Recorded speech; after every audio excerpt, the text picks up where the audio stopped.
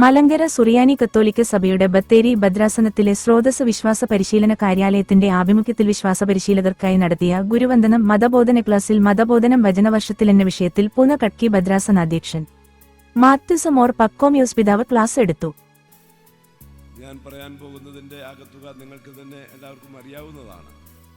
എങ്കിലും വചനവർഷത്തിൻ്റെ പശ്ചാത്തലത്തിൽ മതബോധനം എന്ന് പറയുന്ന വിഷയത്തെക്കുറിച്ച് ഏതാനും ചിന്തകൾ പങ്കുവയ്ക്കുവാനാണ് എന്നോട് ആവശ്യപ്പെട്ടിരിക്കുന്നത്. നിങ്ങളെല്ലാവരും മതബോധന പ്രക്രിയയിൽ ഉൾപ്പെട്ടു നിൽക്കുന്നവരാണ്. വർഷങ്ങളായി നമ്മുടെ ഇടവകകളിൽ സെൻട്രൽ സ്കൂൾ പഠിപ്പിക്കുന്നവർ.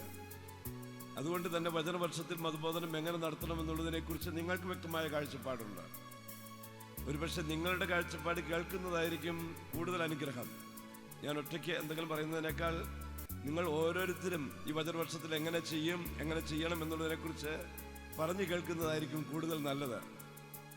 എന്നാൽ അതേ സമയത്ത് തന്നെ എല്ലാവരോടും സംസാരിക്കുന്നതിന് പകരം അതിന് സഹായകമായ ചില ചിന്തകൾ പങ്കുവയ്ക്കുവാനാണ് എന്നോട് പറഞ്ഞിരിക്കുന്നത്. ക്ലാസ്സിൻ്റെ ഇടയ്ക്ക് നമുക്ക് ഈ സംഭാഷണം കേൾക്കാനുള്ള സാഹചര്യമുണ്ട് എങ്കിൽ അത് കേൾക്കാനായിട്ട് ശ്രമിക്കുകയും ചെയ്യുന്നത് നല്ലതാണെന്ന് എനിക്ക് തോന്നുന്നു. നമ്മൾ ശ്രമിക്കുന്നതായിരിക്കും. ഞാൻ ചില ചിന്തകൾ നിങ്ങളോടൊത്ത് പങ്കുവയ്ക്കുന്നു എന്നുള്ളതേ ഉള്ളൂ. മതബോധനം വചന വർഷത്തിൽ എന്ന് പറയുമ്പോൾ അതുകൊണ്ട് എന്താണ് അർത്ഥമാക്കുക? മതബോധനം നമ്മൾ നടത്തിക്കൊണ്ടിരിക്കുക. വചനവർഷത്തിൽ അതിന് വേറെ വല്ല അർത്ഥമുണ്ടോ? നമ്മൾ മതബോധനം നടത്തുകയല്ലേ. വചനവർഷത്തിൽ അതിനകത്ത് തന്നെ പ്രത്യേകതയുള്ളത്. നമ്മൾ നടത്തിക്കൊണ്ടിരുന്ന വചനവർഷം വീണ്ടും ആവർത്തിക്കുന്നു.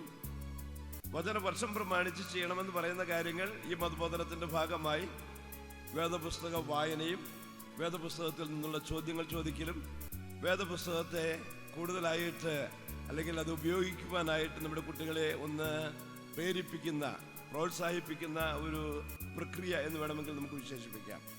അതിനേക്കാൾ ഉപരിയായി വചനവർഷത്തിൽ എന്തെങ്കിലും നമുക്ക് ചെയ്യാനുണ്ടോ? ഞാൻ ഈ വിഷയത്തെ മറ്റൊരു വിധത്തിൽ ഒന്ന് വിശദീകരിക്കാമെന്ന് കരുതുകയാണ്. മതബോധനം എന്ന് പറഞ്ഞാൽ എന്താ?